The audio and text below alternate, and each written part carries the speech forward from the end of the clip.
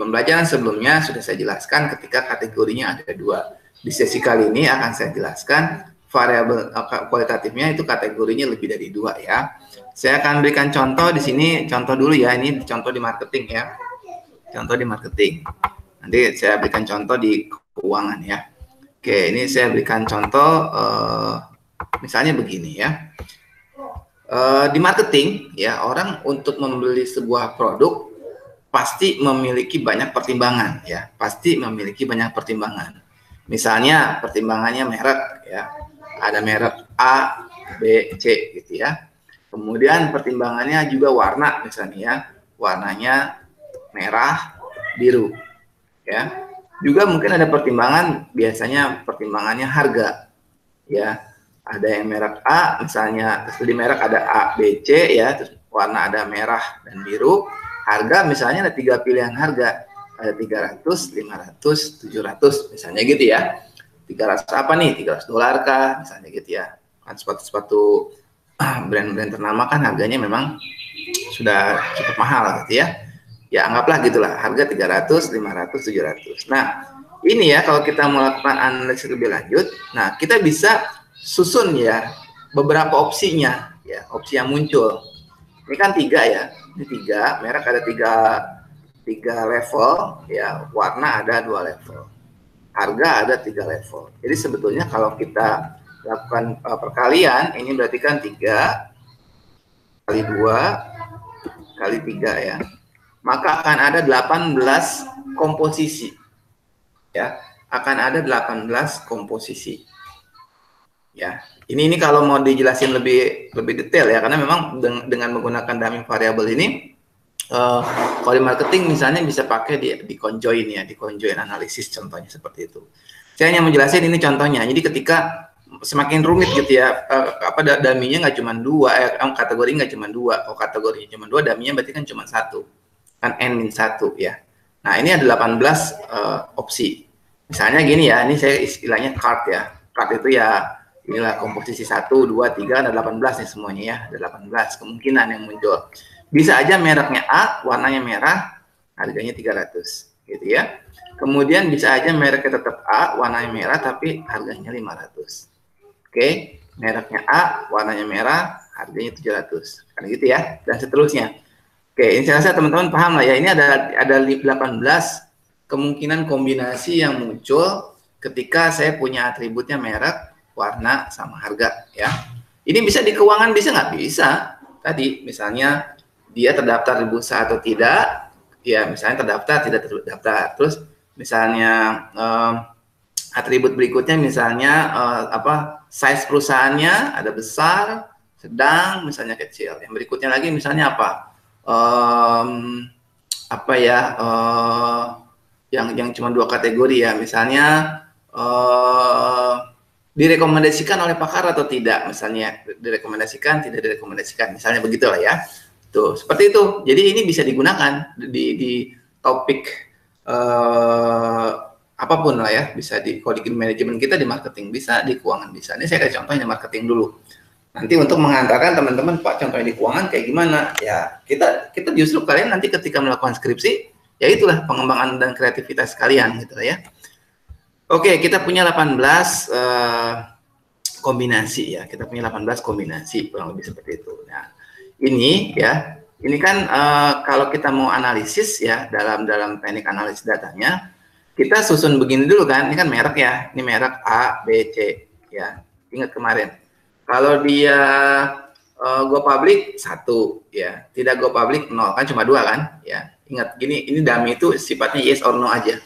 Apakah dia terdaftar? Iya. Kalau tidak terdaftar 0 ya. Ingat video yang sebelumnya, kalau lupa dilihat lagi videonya. Ini ada 3 kategori sekarang ya. Kategorinya, ingat di sini merek, ada berapa mereknya? Ada 3 kan?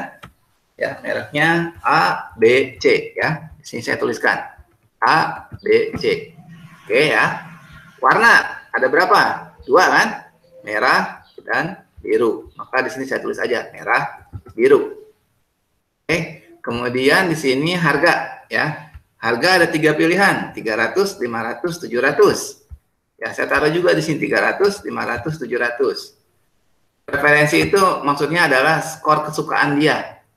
0 sampai 10 gitu. Ini kalau di marketing gitu lah, 0 sampai 10. Kalau di kalian di keuangan misalnya dividennya berapa? Nah, gitu. Untuk perusahaan yang direkomendasikan, resikonya besar misalnya ya, terus kemudian terdaftar di bursa, maka apa namanya dividennya berapa misalnya begitu ya.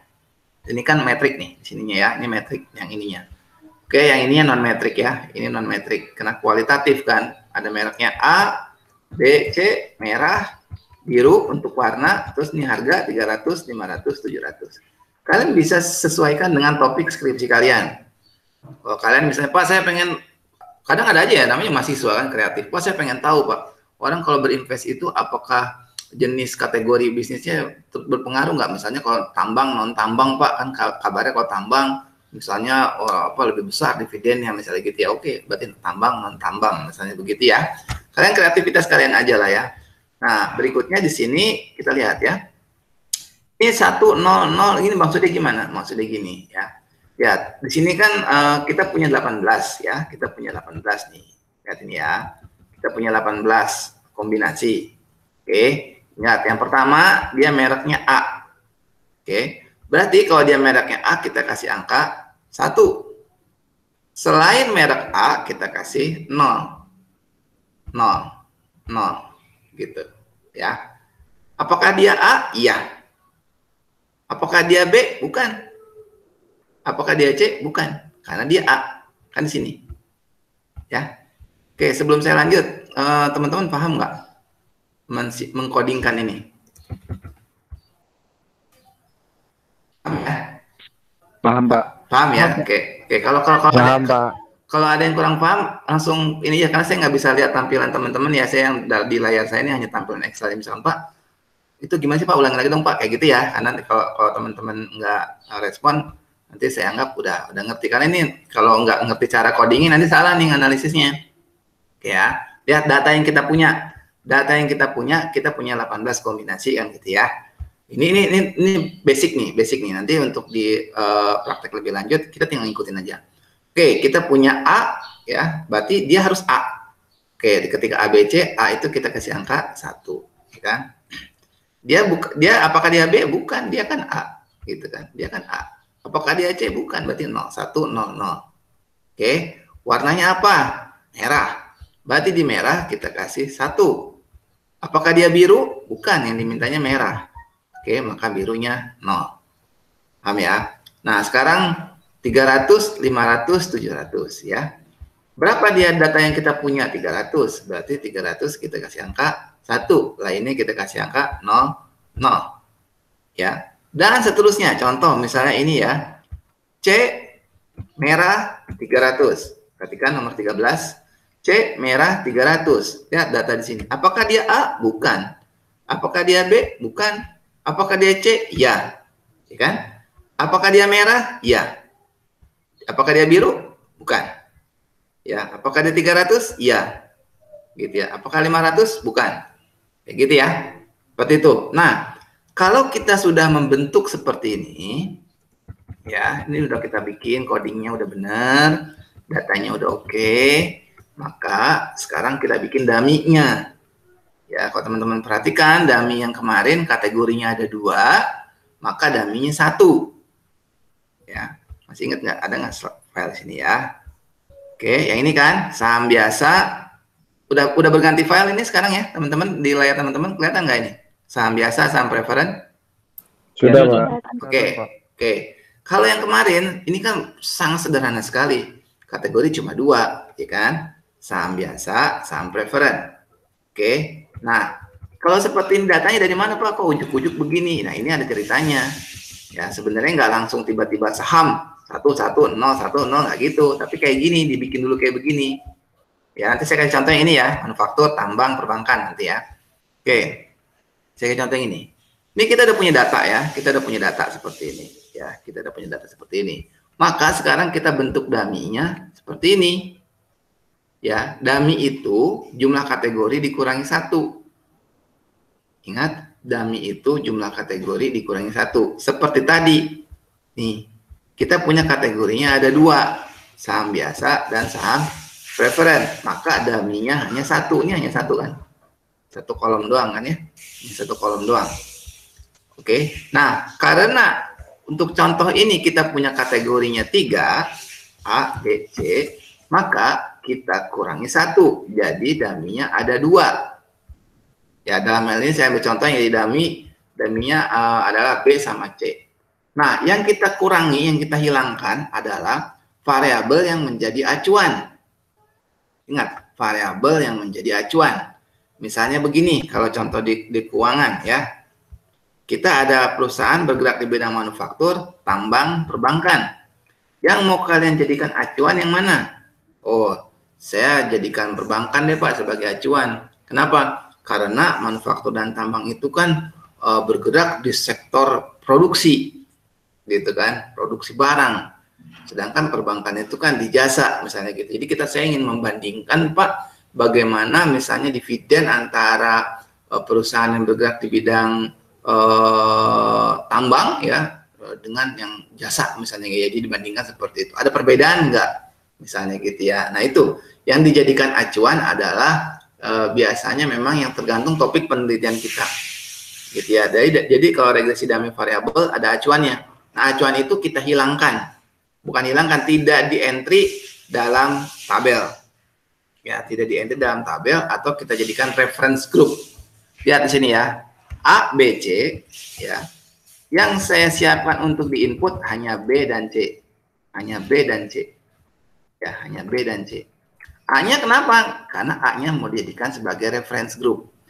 Jadi saya ingin tahu ya pengaruh merek ke orang sampai mau beli suatu produk itu, beli produk ketika dibandingkan dengan merek A, orang ada pengaruh nggak sih ke preferensi itu? Kalau di marketing itu istilahnya kesukaan kita akan sebuah merek. Misalnya kita bandingkan sama merek yang sudah top gitu ya. Misalnya di minuman itu misalnya Coca-Cola gitu lah ya, misalnya gitu deh. Kita jadikan dia sebagai referensi. Kita uji nih.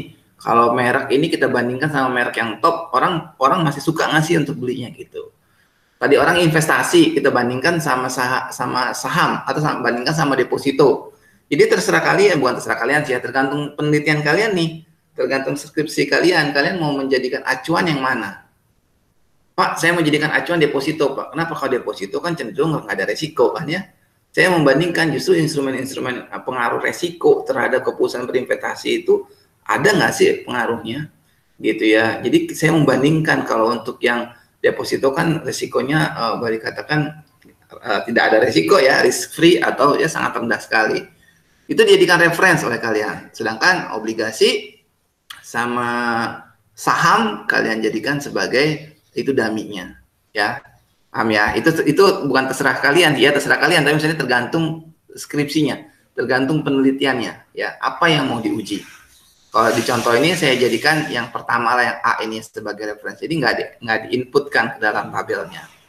Oke. Nah sekarang untuk warna ya, ingat warna ada merah, ada biru. Yang saya jadikan referensinya adalah yang merah.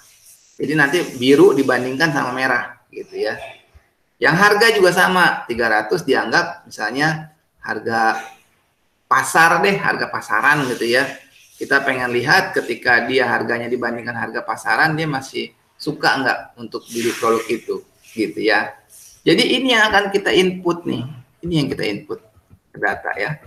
Ini yang kita input, gitu. Nah, sekarang latihan ke kita, ini konsep awal ya, ini konsep awal banget, konsep dasar ketika mau membentuk sebuah dummy variabel ya. Jadi pertama, untuk bentuk dummy variabel tentu saja variabelnya harus variabel kualitatif ya.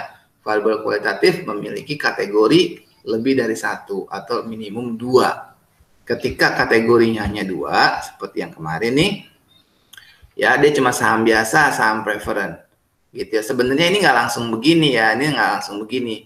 Kalau saya mau rinci lagi, kemarin tuh asal muasalnya gini misalnya ya, ini saham, ini ada saham katakanlah ini satu itu saham biasa ya, saham biasa, ini saham preferen, atau taruh di sini aja deh, saya taruh di sini ya, ini saham biasa, nah, ini saham preferen, misalnya begitu ya. Apa kalian dapat data nih, Oke, ini data ada perusahaannya di perusahaan A. Perusahaan A sahamnya ngeluarin saham apa? Oh, saham biasa, berarti kan 1. Karena dia bukan saham preferen, berarti kan 0 gitu ya. Kalau di sini 1 pasti di sini 0. Kalau di sini 0 di sini pasti 1. Di sini 1 sini pasti 0 gitu loh. Ya, ini 0 ini pasti 1. Ya, ini 1 ini pasti 0. Kayak gitu, ini pasti begitu. Nah, cuma memang karena ini kategorinya hanya 2, maka dummy cukup 1 yang kita hilangkan, yang bukan dihilangkan, yang tidak kita masukkan sebagai input data nanti ketika melakukan analisis, ya kita yang mana yang dijadikan acuan. Misalnya di sini saham preferen yang saya jadikan acuan. Ada nggak pengaruhnya jenis saham terhadap dividen? Ya, jadi kita pengen tahu antara saham biasa sama saham preferen, ada perbedaan yang signifikan nggak sih antara dividen yang dibagikan gitu. Kalau ada perbedaan yang signifikan, berarti jenis saham berpengaruh terhadap dividen. Ya, semoga dapat dipahami ya. Kalau teman-teman ngikutin videonya, ya walaupun dengan segala keterbatasan ya, karena saya laptop saya tidak mendukung kalau untuk edit-edit video gitu ya. Ini udah sangat-sangat minimalis sekali memorinya, jadi saya tidak bisa banyak lakukan editing dan nggak punya editor gitu ya. Jadi saya berusaha pokoknya rekam aja, yang penting teman-teman kalau pengen bisa pelajari aja itu. Ya, pelajari aja di videonya gitu ya. Nah, sekarang ambil contoh nih. Bagaimana kalau kayak gini, Pak? Judul skripsi saya, pengaruh jenis saham dan misalnya kategori bisnisnya gitu ya terhadap dividen misalnya gitu ya. Misalnya begitu. Nah, ini misalnya jenis saham kan ada manufaktur, tambang, perbankan. Ya, manufaktur, tambang, perbankan. Tadi yang mau jadi reference grupnya misalkan perbankan gitu ya. Saya pilih di sini ya, nanti kan ini saya jadiin referensinya. Oke, perbankan, manufaktur, tambang ya. Nah, kalau misalkan dia perusahaannya perbankan, maka yang lainnya jadi 0 gitu ya. Kalau dia perbankan, yang lainnya 0. Kalau dia manufaktur, maka manufaktur 1, yang lainnya 0. Ini kan karena saya ubah ke sini kan, bisa aja begini. Bisa aja saya ganti gini ya. Bisa aja saya ganti gini. Kalau dia perbankan, maka pasti yang lainnya 0. Ya kan? Kalau dia manufaktur, berarti kan bukan perbankan. Karena dia manufaktur, ya kan? Ini pasti 0. Terus kemudian kalau dia tambang, maka ini pasti 0, ini pasti 0, ini pasti 1. Gitu ya. Nih, contohnya begini ya. Misalkan kalian judul skripsinya pengaruh, ini kan sektor ya, bukan kategori ya. Pengaruh sektor bisnis dan laba terhadap dividen gitu. Ya, coba tuh kalian skripsinya harus lebih bagus gitu, karena belajar analisis kuantitatifnya sama saya gitu ya. Jadi jangan cuman pakai teknik-teknik yang udah sering digunakan oleh kakak kelas, coba agak dikembangkan gitu ya. Nah, misalkan kalian punya data ya, kalian punya data nih. Pas saya punya data, Pak, ada 100, yang 100 ya kebanyakan buat latihan kita ya. 10 perusahaan, Pak. Oke, kalian punya data dari 10 perusahaan. Ya, kalian punya data 10 perusahaan. Oke, 9, 10. Terus kalian di deskripsinya pengaruh, Pak, laba gitu ya, dan sektor bisnisnya ya. Sektor bisnis kan ada 3 ya. Ini kalau mau iniin dulu boleh lah. Kalau mau disusun dulu, tapi nanti sih kalau ketika ngolah nggak gini ya. Misalnya ini sektor bisnisnya ya. Ada tadi yang perbankan. Ini ya. Terus terhadap dividen misalnya ya. Dividen. Gitu. Ya, ini hanya buat tampilannya aja biar lebih menarik ya. Tapi nanti kalau ngolah nanti nggak gini. Kalau ngolah kayak tadi ya. Ini hanya untuk supaya menarik aja, supaya memudahkan ya. Oke, ini saya merge. Oke, ini sektor saya merge. Nah, biar tampilannya lebih enak aja. Gitu ya. Kalian punya data nih, Pak. Dapat, Pak, saya 10 data nih, gitu kan. Oke. Nomor 1, perusahaan nomor 1, dia labanya berapa? Oh, dia labanya misalnya 10. Metrik dong. Metrik kan? Berarti ini variabel kuantitatif kan? 10 apalah, 10 miliar kayak 10 apa, pokoknya 10 misalnya ya. Dia perusahaannya apa? Oh, dia perusahaannya manufaktur. Oke, tolong dijawab ya. Perusahaan nomor 1, labanya 10, dan dia termasuk perusahaan yang bergerak di sektor manufaktur. Maka di sini kodenya berapa? 010. Ya, 0. Di sini? 0, 1, 1, 0. Ya. Dia ngasih dividen berapa? Oh, ngasih dividen 5. Misalnya gitu ya. Misalnya gitu. Terus kalian punya data lagi. Perusahaan nomor 2 ngasih laba, dia punya laba misalnya 30. Ya. Dia apa namanya? Perusahaan perbankan. Maka di sini berapa? 1, 1, 0. 0. Ya. Misalnya dia di sini dividennya kasih 7 misalnya gitu. Oke, terus kemudian dan seterusnya lah ya. Ini kalian sepertinya udah bisa. Satu lagi deh saya tes ya. Misalnya laba dia cuma 20, terus kemudian dia perusahaan tambang. Sini berapa? 001, Pak. 0, Oke, baik. Nah, sip ya. Bisa berarti. Ya, misalnya ini 6 seperti itu ya. Ini misalkan saja. Ya, datanya fiktif. Nah, ini ya, ini kita bikin fiktif aja lah ya. Misalnya ini 30 ya, ini 40 misalnya ya. 50 misalnya ya. Terus kemudian misalnya 40 lagi, 35 misalnya ya, 40 ya, 50 misalnya gitu ya. Ini dia perusahaan yang bergerak di bidang misalnya manufaktur ya. Terus kemudian ini di tambang ya, terus kemudian ini kita salah-salah aja dah ya, ini sini misalnya ya, ini sini, ini sini, ini sini misalnya gitu ya. Oke, ini hanya pemisahannya contoh, ini kurang sih datanya kok cuma 10 ya, tapi kalau software kan diisi berapapun dia pasti keluar hasilnya. Tapi kalau untuk realnya nanti kurang kalau segini, cuma 10 ya. Ini misalnya dia kasih dividen misalnya 8 gitu ya. Ini misalnya 10. Ya, ini misalnya apa ya? 12 misalnya ya. Ini misalnya 9. Ini misalnya cuma 3 gitu ya. Ini misalnya berapa ya? Manufaktur ini kan 40 ya. Ya 5 lah. Ini tambang misalnya 8. Misalnya begitu deh ya, contoh aja. Nah, ini kalau kalian mau olah ya, kalau kalian mau datanya, ingat ini kan apa namanya? Kategorinya ada 3. Maka dummy-nya ada 2. Nanti kalau kalian buat diolah di data ya, ketika menggunakan software, yang kalian input itu cukup 2 aja. Mana yang mau dijadikan referensinya? Ini misalnya ya, kalian mau bandingkan, Pak, saya ingin tahu nih pengaruhnya sektor ini, sektor bisnis sama dividen. Jadi saya membandingkan, ada yang sifatnya perusahaan yang jasa ya, ini 1 lagi 2, yang lainnya adalah apa namanya produksi barang gitu ya, apa ya resiko tinggi lah ya, sama perbankan resiko tinggi. Maksudnya kalau kayak manufaktur, tambang itu kan membuat apa namanya menghasilkan sebuah barang lah gitu ya. Kalau perbankan kan jasa istilahnya gitu. Nah, ini misalnya kita nanti entry-nya jadi begini aja. Nomor boleh sih kalau nomor, atau kode perusahaan itu boleh-boleh aja untuk supaya kita trace ini datanya dari mana gitu ya. Laba, terus ini manufaktur ya. Manufaktur, terus tambang, terus dividen.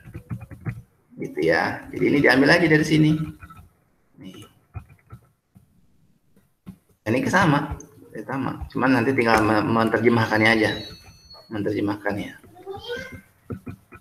Oke ya, sini.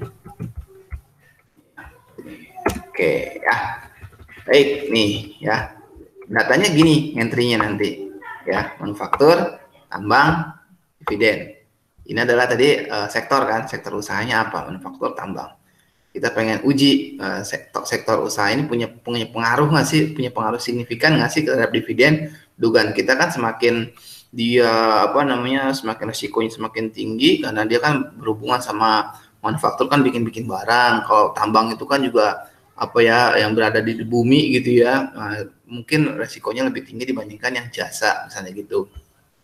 Hanya misalkan ya. Kemudian di sini kita cari data ya, data analisis.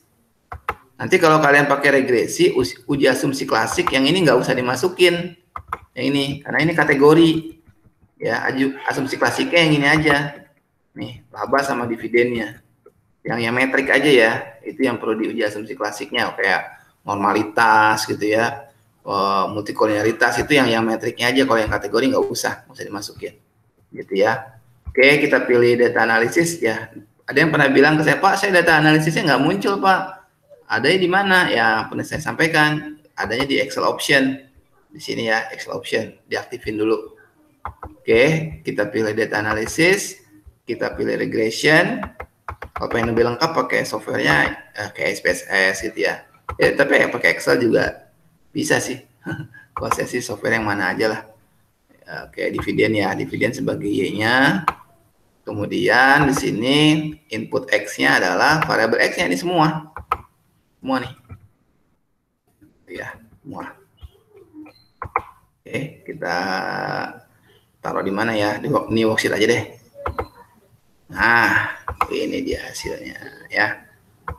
Nah, tadi ini adalah konstantanya ya, intercept ini konstantanya. Ini adalah tadi apa tuh variabel yang pertama? Laba ya, bener kan? Ya, laba ya, ini laba. Kemudian ini adalah manufaktur. Nah, ini adalah tambang. Oke, ingat tadi yang jadi referensinya apa? Referensinya adalah perbankan. Ingat, jangan lupa. Oke, ganti variabel kategorinya ya. Kita lihat nih. Kalian udah bisa ajarin kan gimana cara membaca ini, cara membaca output ini ya. Mestinya sih sudah bisa. Tapi kalau lupa ya saya ulang lagi sedikit ya. Oke, kita yang praktis-praktis aja lah, nggak usah semua dipahami ya. Kalau bisa semua dipahami bagus ya, tapi kita di manajemen lebih kepada aplikatif saja ya. Oke ya, multiple R adalah nilai korelasi bergandanya ya, hubungan antara laba kemudian sektor usaha ya, dan dividen, hubungannya segini 0,68. Ingat, koefisien korelasi itu semakin mendekati 1 berarti semakin kuat ya, semakin mendekati 0 berarti semakin lemah, positif maupun negatif ya. Ini 0,68 ya, lumayan lah, sedang ya, lumayan sedang. Jadi hubungan antara ketiga variabel tadi, laba, sektor usaha sama dividen, punya hubungan yang cukup erat lah gitu ya. Kemampuan ini R square itu R kuadrat ya, atau koefisien determinasi ya, 0,472 atau 47%. 47,29% dari dividen bisa dijelaskan oleh laba dan juga sektor usaha. Oke, ini adjusted R square adalah nilai R square yang di-adjust, yang disesuaikan. Ya, ada pendapat kalau memang variabel kita banyak, kita menggunakan yang adjusted. Oke. Kemudian ANOVA ini adalah untuk uji simultan sebetulnya ya, uji simultannya. Ini karena data kita tadi asal-asal dan cuma sedikit ya, memang hasilnya menjadi kurang bagus ya. Hasilnya menjadi kurang bagus di sini bahwa secara simultan juga dia tidak signifikan, berarti ada ketidaklinier. Ngomongnya gimana ya? Tidak linier hubungan antara variabelnya, ada yang tidak linier gitu ya. Kemudian di sini bisa kita lihat ya, intercept itu konstanta dalam kondisi tidak ada laba, tidak ada manufaktur, tidak ada laba, tidak ada sektor, tidak diketahui sektornya, maka dividennya segini 1,4 gitu ya. Nah, kalau kita lihat di sini memang tidak ada satupun yang signifikan ya, tidak ada satupun yang signifikan. Gitu. Kalau di sini tadi kan data kita cuma sedikit, padahal kategorinya ada 3 kan ya, sangat kurang. Makanya tadi saya bilang ini datanya sedikit banget kurang, tapi ini hanya buat latihan aja. Anggaplah ini misalnya signifikan ya, anggap aja lah ini saya manipulasi misalnya ya. Anggap ini signifikan misalnya ya. Ini fiktif ya, ini fiktif aja. Misalnya ini 1,98 gitu ya. Ini PVLI misalkan 0,005 misalnya gitu. Ya, manufaktur misalnya signifikan misalnya ya. Misalnya ini 1,97 misalnya ya. Ini 0,002 misalnya gitu. Tambang misalnya tidak signifikan misalnya gitu ya. Terus cara bacanya gimana, Pak? Oke, cara bacanya gini. Ini anggap kalau signifikan ya. Ini anggap aja kalau signifikan. Tadi kan nggak signifikan semua, nanti bingung cara bacanya. Oh, tidak signifikan semua ya, karena gampang saya jawabnya, datanya sedikit dan nggak bagus gitu. Sebenarnya kan kategorinya banyak, 3, sedangkan datanya cuma 10 gitu ya, sangat-sangat kurang sekali. Oke, kalau di sini cara bacanya, misalkan ya, misalkan saja signifikan ya, misalkan saja signifikan, ini 1,3 misalnya ya, gitu. Nah, misalnya gitulah. Ya, cara bacanya gimana, Pak? Oke, berarti laba berpengaruh signifikan terhadap dividen. Semakin besar laba ya yang diperoleh oleh perusahaan, maka dividen yang diberikan juga akan semakin besar juga, semakin tinggi. Nah, terus bacanya yang ini gimana, Pak? Manufaktur sama tambang ya. Gini cara bacanya. Sektor usaha ya, kan ada satu yang signifikan ya. Ada satu yang signifikan nih, manufaktur kan? Ya, bisa kita katakan walaupun dia cuma satu, si tambang ini nggak signifikan, tapi bisa kita katakan ada pengaruh yang signifikan antara sektor usaha dengan terhadap dividen yang diberikan. Tapi jangan berhenti sampai di situ. Kita perlu lanjutkan penjelasannya, di mana pengaruh yang signifikan ini terjadi pada sektor manufaktur dibandingkan sektor perbankan. Sedangkan pada sektor tambang ya, dibandingkan dengan sektor perbankan itu pengaruhnya tidak signifikan gitu. Tapi secara umum ada pengaruh yang signifikan antara sektor usaha dari si perusahaan tadi dengan dengan dividen yang diberikan. Ada pengaruhnya. Namun pengaruh tersebut terjadi pada perusahaan yang bergerak di sektor manufaktur dibandingkan dengan sektor perbankan. Oke. Itu cara bacanya gitu ya. Jadi hipotesisnya seperti itu.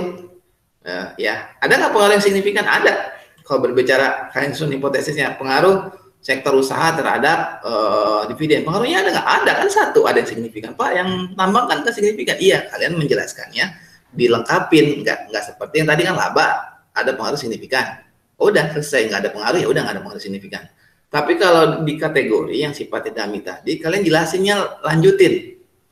Kan ada yang signifikan nih satu nih, maka kalian jelasin bahwa ada pengaruh yang signifikan antara sektor usaha dari perusahaan dengan dividen. Tapi perbedaan pengaruh yang signifikan ini terjadi pada perusahaan yang bergerak di bidang manufaktur dibandingkan perusahaan yang bergerak di bidang tambang. Perusahaan yang bergerak di bidang manufaktur dibandingkan perusahaan yang bergerak di bidang perbankan. Sedangkan pada perusahaan yang bergerak di bidang tambang, ya, dibandingkan dengan ini perbankan, itu pengaruhnya tidak signifikan. Dengan arti kata lain, bahwa pada perusahaan sektor manufaktur lah dividen itu tercipta lebih besar dibandingkan sektor lainnya. Gitu. Ya, deskripsinya cara ngejelasinnya gitu kan lebih keren ya. Lebih menarik, lebih keren gitu ya. Gitu kita bisa ngejelasinnya. Oke, itu mungkin yang bisa saya jelaskan. Mungkin kita bisa sekarang, kalau ada yang mau ditanyakan ya, ini kesempatan kalian untuk bertanya.